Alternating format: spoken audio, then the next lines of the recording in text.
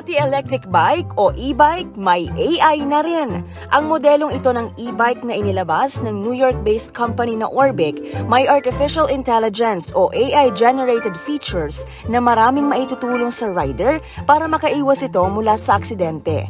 Isa sa mga feature ng AI sa e-bike na ito, kaya nitong makadetect ng mga sasakyan na nasa paligid o papalapit.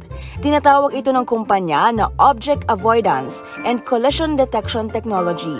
Bukod dito, mayroon ding 64-megapixel front camera ang naturang e-bike para makunan o ma-livestream ng rider ang kanyang biyahe.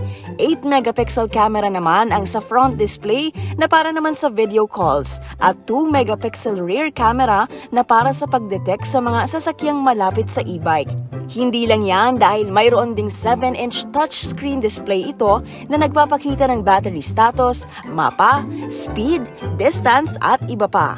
Ayon sa CEO at presidente ng kumpanya, makakatakbo ang naturang e-bike ng hanggang 45 kilometers per hour.